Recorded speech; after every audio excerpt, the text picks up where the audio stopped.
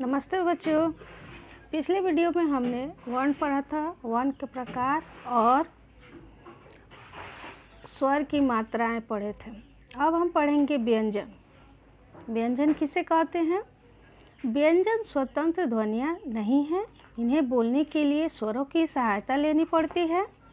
हिंदी भाषा व्यंजनों की संख्या 33 होती है। यहाँ दिया हुआ है क, ख, ग, घ, अंग। देखिएगा इसमें सब में हलंत लगा हुआ है। च, छ, ज, झ, य सब में हलंत है। इसी तरह ट, ठ, ड, ढ, अड़ में भी हलंत है। त, थ, द, ध, न, इसमें भी त से लेकर न तक सब में हलंत है। प, फ, ब, भ, म, इसमें भी सब में हलंत है। य, र, ल, व, तालव्य श, मूर्धन्य ष, दंश, ह, इसमें भी सब में हलंत है। अब है संयुक्त व्यंजन। छ, त्र, ज्ञ तथा स्र हिंदी के 4 संयुक्त व्यंजन हैं। ये 2 व्यंजनों के मेल से बने हैं, इसलिए इन्हें संयुक्त व्यंजन कहा जाता है। इसमें दोनों व्यंजनों की मूल पहचान बिल्कुल समाप्त हो जाती है। इनके अब हम आगे देखेंगे। छ लिखने के लिए क हलंत प्लस श तब होता है छ, जैसे यहाँ कक्षा, शिक्षक। त्र लिखने के लिए हम लिखेंगे त हलंत जोड़ र, तब होगा त्र। यहाँ इसका एग्जाम्पल है छात्र, मात्रा। ज्ञ लिखने के लिए लिखेंगे ज हलंत प्लस य, तो बनेगा ज्ञ। यहाँ यज्ञ और आज्ञा। स्र लिखने के लिए हम पहले स हलंत जोड़ र लिखेंगे, तब बनेगा स्र। जैसे एग्जाम्पल दिया है आश्रम, परिश्रम। अब बताया गया है कि अरहित व्यंजन को उसके नीचे एक तिरछी रेखा यानी हलंत लगा कर लिखते हैं, इसे हलंत कहते हैं। तिरछी रेखा को क्या कहते हैं? हलंत। जैसे ट हलंत, प हलंत आदि।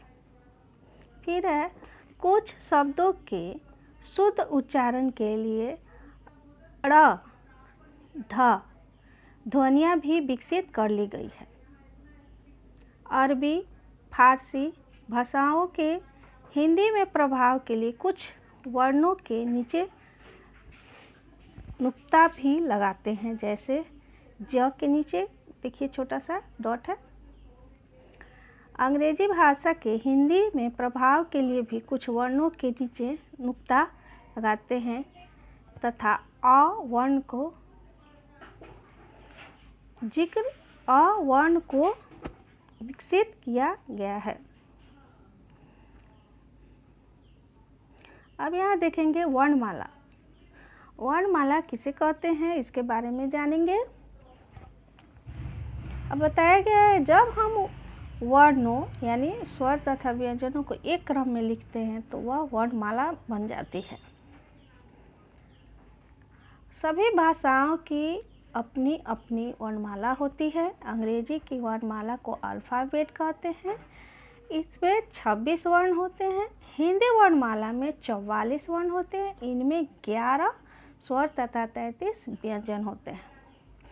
अब वर्णमाला का परिभाषा देखेंगे। भाषा में वर्णों के एक निश्चित क्रम में बंधे समूह को वर्णमाला कहा जाता है।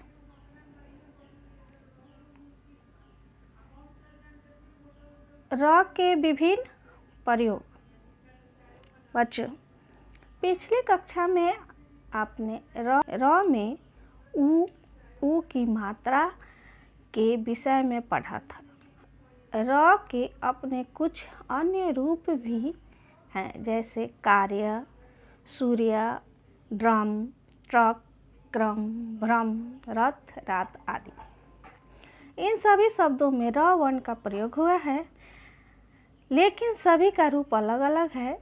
ये कहाँ और कब लगाए जाते हैं देखिए। र वर्ण से बनने वाले कुछ और शब्द हैं, जैसे रश, राम, लकीर। इसके बाद है रेफर, यानी ऊपर से जो र की मात्रा होती है उसको रेफर बोलते हैं। खर्च, वर्षा, सर्प। नीचे जो है वो एक है, र की मात्रा नीचे से है, ड्रामा, ट्रेन, राष्ट्र। उसके बाद है एक, देखिए तिरछी लाइन खींचकर है, प्रथम ग्राहक समुद्र। आप देखिए यहाँ, अब इस पाठ का सारांश यहाँ हम देखते हैं। वर्ण के और टुकड़े नहीं किए जा सकते, यह भाषा की सबसे छोटी इकाई होती है। वर्ण दो प्रकार के होते हैं, स्वर तथा व्यंजन। स्वर बिना किसी दूसरे वर्ण की सहायता के बोले जा सकते हैं, जबकि व्यंजन को बोलने में दूसरे वर्णों की सहायता लेनी पड़ती है। व्यंजनों के साथ लगने वाले स्वरों के विशेष चिन्ह मात्रा कहलाते हैं। अंग, अंग तथा अह न स्वर है ना ही व्यंजन, ये अयोग वाह कहलाते हैं। वर्णों के निश्चित तथा क्रमबद्ध समूह को वर्णमाला कहते हैं। शुद्ध उच्चारण के लिए हिंदी भाषा में कुछ वर्णों को विकसित किया गया है, ये है अ, र तथा ढ। हिंदी भाषा में संयुक्त व्यंजन 4 होते हैं, छ, त्र, ज्ञ तथा स्वर।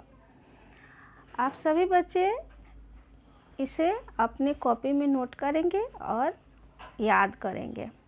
आप सभी बच्चे अपने घर में रहें, स्वस्थ रहें, सुरक्षित रहें। धन्यवाद।